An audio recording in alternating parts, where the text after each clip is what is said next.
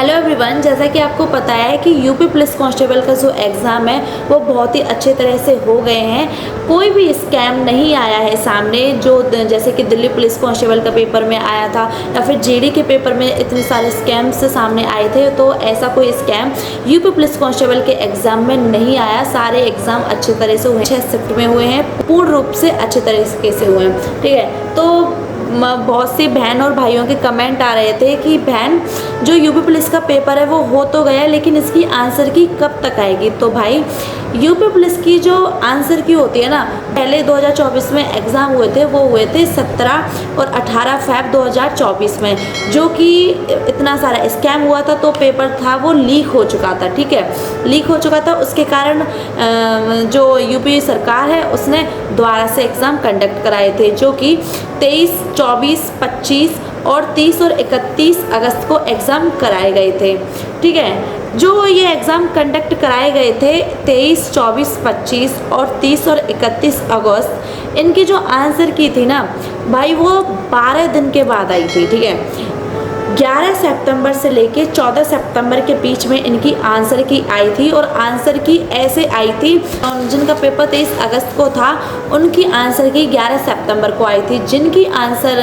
जिनका पेपर 24 अगस्त को था उनकी आंसर की 12 सितंबर को आई थी। तो ऐसे ऐसे करके 11 से 14 सितंबर के बीच में जो यूपी पुलिस की आंसर की थी वो आ गई थी। ठीक है, कांस्टेबल की। तो अब बात करते हैं कि 2026 में जो इस यूपी पुलिस कांस्टेबल का पेपर हुआ था उसकी आंसर की कब आएगी। तो भाई 10 से 12 दिन के बीच में ही इसकी आंसर की आ जाएगी, क्योंकि यूपी पुलिस की जो यूपी सरकार है ना वो ज़्यादा टाइम नहीं लेती अपनी आंसर की डिक्लेयर करने में, क्योंकि यूपीएसआई की भी आंसर की होती है वो 8 दिन के अंदर आ जाती है। 8वें दिन वो जो आंसर की होती है वो आ ही जाती है। ऐसे ही जो होमगार्ड की आंसर की थी वो भी 10 दिन के भीतर आ गई थी। यूपी पुलिस कांस्टेबल की आंसर की थी वो पिछली बार 12 दिन के अंदर आ गई थी।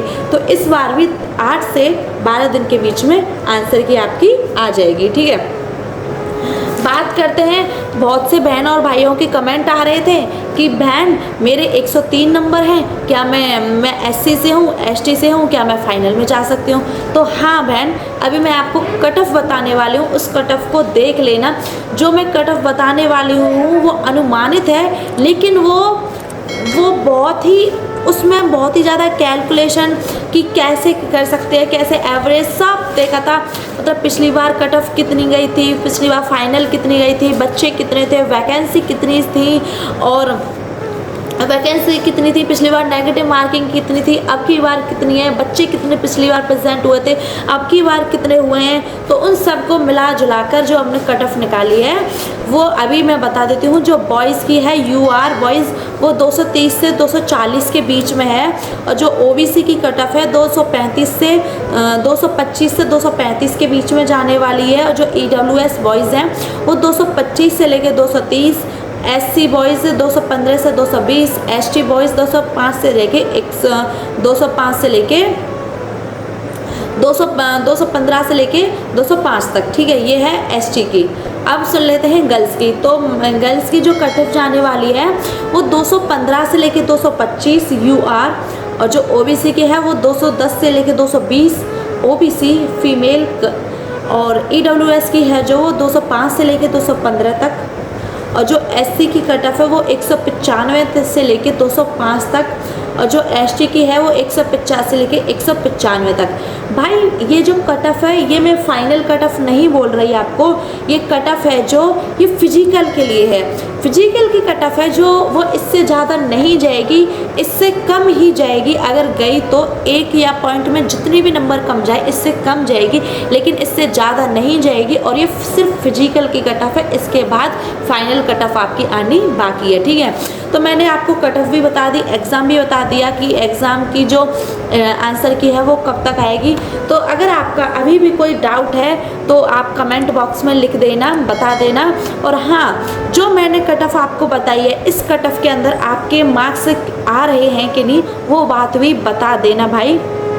आपके कितने मार्क्स हैं, कितने मार्क्स से आप कौन सी कैटेगरी में हो और कौन सा जेंडर है आपका, इस कट ऑफ के हिसाब से आप कितने अंकों से पीछे रह रहे हो। अगर आप 2 या 3 नंबर भी पीछे रह रहे हो, 2-3 मिनिमम, मैक्सिमम 5 और मिनिमम 2 या 3, अगर इन नंबर के भीतर आप अपनी कट ऑफ को क्वालिफाई कर पा रहे हो तो भाई आप एकदम सेफ हो।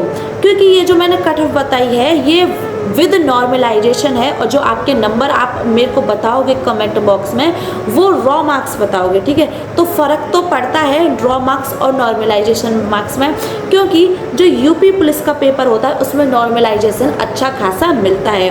अब की बार एसएससी में क्या हुआ था, नेगेटिव में मार्क्स गए थे, तो यूपी पुलिस में ऐसा कुछ नहीं होगा, नेगेटिव में नहीं जाएंगे। अगर प्लस नहीं होंगे तो वो नेगेटिव भी नहीं होंगे, ठीक है भाई। तो मिलते हैं अगली वीडियो में। आपको वीडियो कैसी लगी कमेंट में बताना, आप वीडियो कब और कहाँ से देख रहे हो ये भी कमेंट में बताना। तो मिलते हैं नेक्स्ट वीडियो में। ओके बाय, टेक केयर, जय श्री राधे।